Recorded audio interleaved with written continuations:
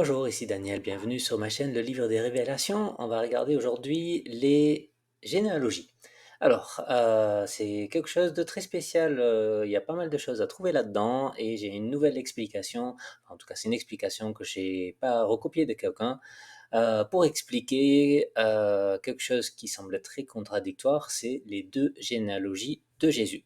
Alors ça, vous le savez peut-être, dans le Nouveau Testament, il y a deux généalogies de Jésus. Il y en a un qu'on trouve dans Matthieu chapitre 1, et puis il y en a un dans Luc chapitre 3. Alors, si vous regardez ces généalogies, vous allez peut-être voir, ou vous avez déjà entendu dire, qu'il y a des différences entre ces deux-là. Alors, on va regarder un petit peu Matthieu en premier. On va regarder ensuite un Chronique chapitre 1 où il y a aussi une chronologie, donc c'est pour toute la partie qu'il y a avant Matthieu, parce que Matthieu commence avec Abraham, donc c'est pour toute la portion qui va de Adam jusqu'à Abraham. Et on va comparer ces deux-là à Luc et voir toutes les différences et toutes les choses qu'on va découvrir au fur et à mesure de l'analyse de ces généalogies. Et puis voilà, il y aura quelques petites choses intéressantes à découvrir au passage. En tout cas, moi je suis très très content que le Seigneur m'ait poussé à creuser ce sujet-là parce que voilà, ben vous allez voir. Alors, là j'ai affiché dans un tableau Excel parce que je vais vous épargner la lecture de tous ces noms qu'on ne sait pas toujours très bien prononcer et on va regarder les noms uniquement sous forme de tableau et on va mentionner juste ceux qui nous intéressent. Donc, Matthieu chapitre 1, généalogie de Jésus-Christ. C'est bien une généalogie, c'est très clair. Je fais déjà une petite parenthèse là. Moi, j'aime bien que Matthieu commence comme ça, même si peut-être vous vous dites, ah non, j'aime pas que ça commence avec les généalogies. Mais pour un juif qui prend le Nouveau Testament, eh ben, il découvre que Jésus, ce n'est pas un chrétien d'ailleurs, c'est pas un chrétien de Rome ou d'Europe ou de je ne sais où. Là, on est en train de parler des Juifs en Israël et directement, ça lie Jésus à David et à Abraham. Voilà. Euh, alors, à la fin de ce passage-là, je voulais montrer en gras 14 générations depuis Abraham jusqu'à David, 14 générations depuis David jusqu'à la déportation à Babylone, et puis encore 14 générations depuis la déportation à Babylone jusqu'au Christ. Alors, si vous les comptez, vous allez remarquer qu'il y a un problème. On a ici les 14, les 14 les 14 générations, pardon, les trois listes, et en fait, ben, il manque quelqu'un. Donc, qu'est-ce que j'ai fait? J'ai un peu triché. Et je vais vous montrer les différentes façons qu'on peut tricher, parce que, ben, en fait, ça ne fait pas 3 fois 14. Il nous manque un nom dans la liste. Hein, donc, ça va de Abraham jusqu'à David. Alors, moi, ce que j'avais pensé faire, en premier, quand j'ai commencé à réfléchir sur ça, c'est de mettre David ici en haut, et on va renommer David, réutiliser David dans la deuxième série, parce qu'après tout, le verset ici, le 17, il dit jusqu'à David, et puis de David jusqu'à la déportation de Babylone. Donc, ben, comme le nom ici, il est cité deux fois, ça me permet de l'utiliser deux fois. Donc, de David jusqu'à Josias, et puis Jéconias, en fait, je le bascule de l'autre côté, et je le considère que c'est après la déportation de Babylone. Et comme ça, je tombe sur Jésus en 14e position ici. Alors, peut-être ça vous convient très bien de faire comme ça. C'est, ça me paraît une explication qui est possible. Je ne suis pas entièrement convaincu, mais je ne suis pas entièrement convaincu des autres explications non plus. Mais je vais vous donner un petit peu toutes mes pistes de réflexion et puis je vous laisserai faire votre idée. On peut faire autrement, on peut faire ça, et on dit non, non, David on le compte qu'une fois, après on passe à Salomon et on va jusqu'à Jéconias.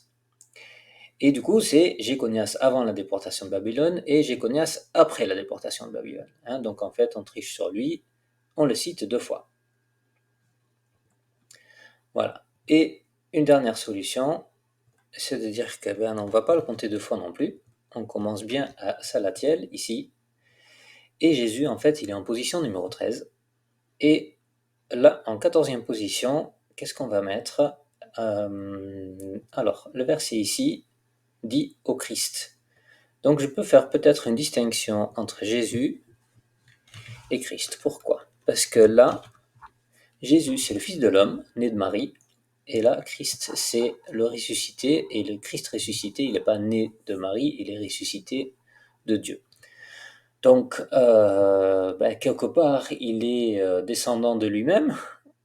Peut-être c'est un peu bizarre de le dire comme ça, peut-être pas les meilleurs mots, mais je pense qu'on pourrait aussi dire quelque chose comme ça. Il y a encore autre chose qu'on pourrait dire, c'est en lisant Ésaïe chapitre 53 verset 10. Peut-être partager ce verset-là avec vous. Voilà, comme ça, si vous ne connaissez pas bien. Ésaïe 53, 10. Alors c'est quand même un verset qu'on lit souvent dans les églises parce que la première partie, on le connaît bien. Il a plu à l'Éternel de le briser par la souffrance, c'est une prophétie qui parle de Jésus. Après avoir livré sa vie en sacrifice pour le péché, donc ça c'est vraiment une très belle prophétie de l'Ancien Testament. Qu'est-ce que ça dit après? Il verra une postérité et prolongera ses jours. Alors, et prolongera ses jours, on comprend bien, ça c'est la résurrection, mais pourquoi il verra une postérité? Hein, ça c'est quelque chose que je pense qu'on n'a pas encore très bien compris. Et pourquoi c'est important? Parce que Christ, il va se marier. Il va se marier avec l'Église. Et ça, la façon dont Dieu a créé le couple, c'est à l'image du projet de Dieu et de ce mariage entre Christ et l'Église, qui doit se préparer comme une épouse. Hein. On voit ça bien dans l'Apocalypse et ailleurs aussi. Mais après le mariage, il y a les enfants. Et ça, c'est quelque chose, on n'y réfléchit pas trop, parce que nous, tout ce qui nous préoccupe, c'est de sortir de ce monde, l'esclavage de péché, et voilà, d'être dans le repos, la tranquillité, et qu'on en finisse avec tous ces soucis qu'on a ici dans ce monde. Mais je pense que Dieu, il a encore bien des projets pour après, et qu'il y a aussi des descendants pour après. Donc ce n'est pas de la même manière dont on peut avoir des enfants dans un couple, hein, forcément, parce que Christ il va se marier avec toute l'Église. Et donc c'est une sorte de descendance spirituelle, enfin, mais une descendance quand même. Et voilà, c'est une idée que je trouve qu'on le voit aussi dans le dernier verset de Apocalypse chapitre 12, où il est question de la femme, qui est pour moi plutôt l'Église et pas Israël. Et le dernier verset, il parle des autres enfants de la femme, et donc les enfants de l'Église, c'est qui? C'est ceux qui obéissent au commandement de Christ. Je vous laisserai relire ce passage-là. Donc voilà, c'est quelques pistes de réflexion. Je prétends pas avoir la connaissance parfaite de ça, mais je pense que, en tout cas, voilà, on voit cette structure avec 3 colonnes de 14. Il y a certainement une qui est bonne.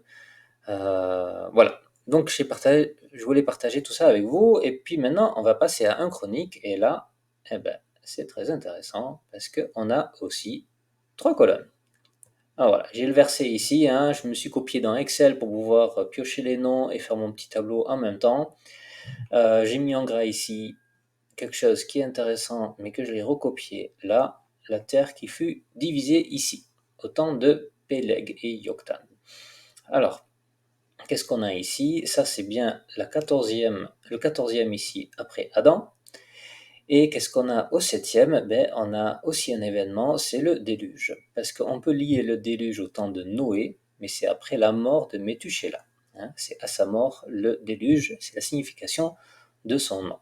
Donc on a un événement après le 7e, on a un événement après le 14e, hein, deuxième série de 7, et après là, c'est ce qu'il y a dans le chapitre. Hein. On finit avec Israël, la naissance de Israël, qui est donc fils de la promesse, qui a donc, voilà, après les patriarches.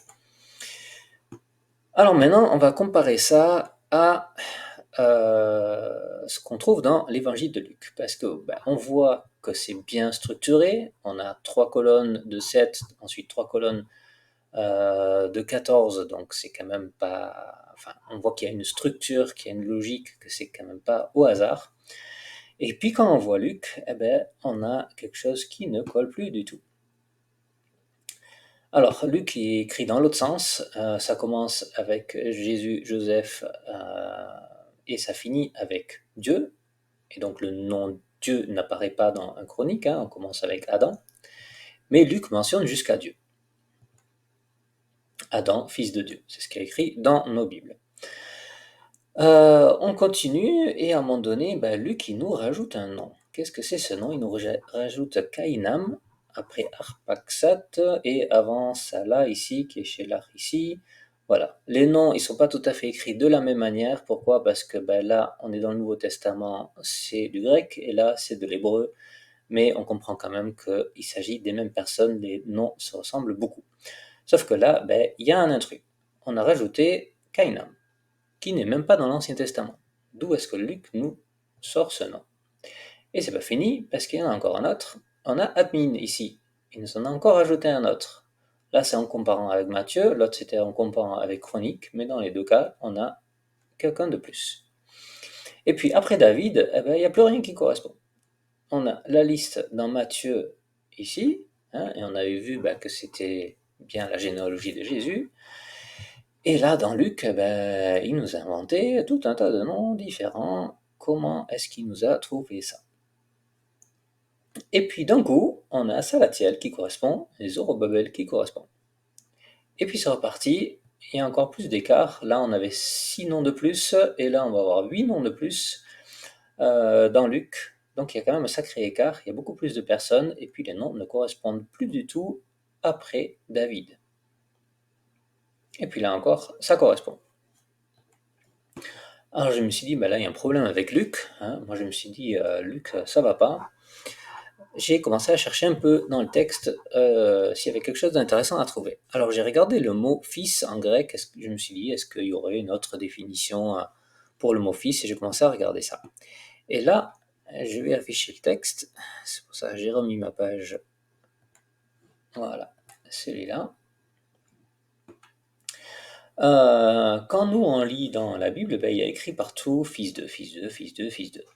Mais quand on regarde dans le grec, en fait c'est pas écrit. C'est juste une liste de noms. La seule fois où il y a le mot fils, c'est ici, comme on le croyait, hein, Jésus, il était fils de Joseph. Et là, on parle de quand Jésus commence son ministère. Ça, c'est important aussi, on va voir. On croyait fils de Joseph, et après, c'est écrit d'Élie, de Matat, Lévi, Melchi, voilà. Le mot fils, il y est là aussi. Tu es mon fils bien-aimé, ça c'est quand il y a la voix du ciel, parce que tout ça, ça parle ici du baptême de Jésus. Alors ça déjà, c'est une bonne surprise, mais bon, même s'il n'y a pas écrit fils de, ça ne me dit pas encore de quoi il s'agit. Alors je vais chercher un peu plus, et bien voilà, on vient de voir qu'ici, c'est le baptême de Jésus. Pourquoi on parle de cette liste de noms juste après le baptême de Jésus? Mais en fait, on parle du Saint-Esprit. C'est le Saint-Esprit qui descend sous forme de colombe, et là, il va pouvoir commencer son ministère. Donc en fait, il y a quelque chose qui se passe. Il reçoit le Saint-Esprit, et le Saint-Esprit, il l'a reçu de Dieu, oui, mais en fait, c'est une transmission aussi par les hommes. Donc il a reçu son esprit de Joseph, qu'il a reçu de Élie, de Matat, et en fait, c'est des pères spirituels. Et c'est pour ça que ça va jusqu'à Dieu. Et j'ai un très très bon argument pour vous prouver ça, parce que quand vous lisez dans 2 Rois chapitre 2, il y a cette histoire qui parle de l'enlèvement de Élie, le prophète Élie, qui est enlevé avec les chariots de feu. Et Élisée va recevoir l'esprit qui était sur Élie. Hein. Il va avoir une double portion, donc ça veut dire en abondance. Mais l'esprit qui était sur Élie passe sur Élisée, et ça, tous les prophètes que Élisée va revoir juste après, ils reconnaissent tout de suite que maintenant c'est Élisée, le prophète, parce qu'il a reçu l'esprit d'Élie. Ce qui fait de Élie le père spirituel de Élisée, alors que ce n'est pas son père selon la chair. Donc voilà, il y a une lignée, une généalogie de l'esprit, et c'est pour ça que ça remonte jusqu'à Dieu. Alors, qu'est-ce qui est intéressant du coup en regardant mon tableau comparatif? Eh ben, ces différences, on peut les expliquer maintenant parce que ça veut dire que ben, cette personne-là, là, ça là, il ne l'a pas reçu, il n'a pas reçu l'esprit de son père, mais il a eu un autre père spirituel. Voilà. Peut-être qu'il n'était pas prêt, il y a question d'âge, on ne sait pas ce qui s'est passé, il peut y avoir plusieurs explications, on ne sait pas, mais en tout cas, lui, son père spirituel, c'était quelqu'un d'autre qui s'est mis au milieu de cette génération de l'esprit qui ne colle du coup pas tout à fait exactement à la généalogie de la chair. On a la même chose un peu plus tard ici. Voilà. Alors qu'est-ce qui est intéressant après, c'est que David, ça change.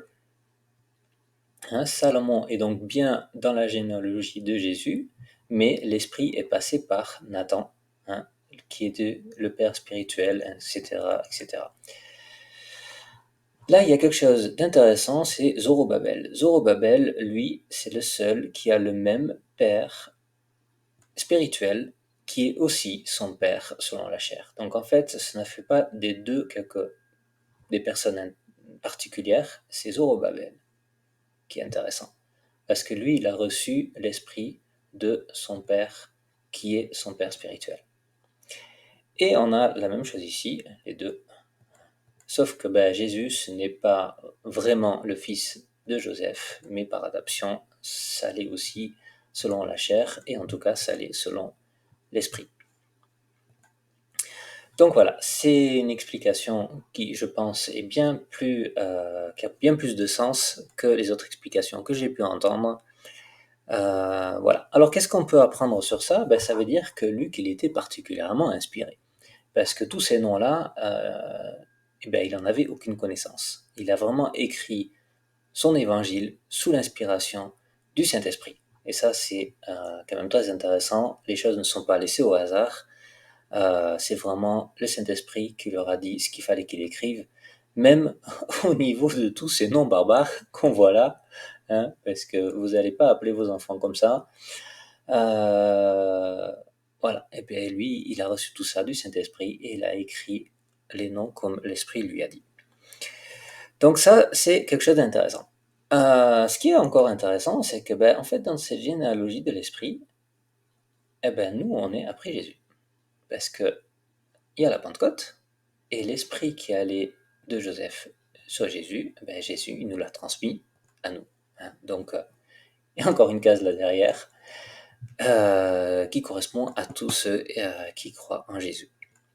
Voilà. Donc ça, je pense que c'est une petite pépite, quelque chose de bien intéressant à trouver dans ces généalogies. Euh, Donc voilà, j'espère que ça vous a plu. Juste sur Zorobabel, je ne vais pas en dire davantage, je pense que ça mérite peut-être une petite étude à part, parce que c'est quelqu'un de très intéressant.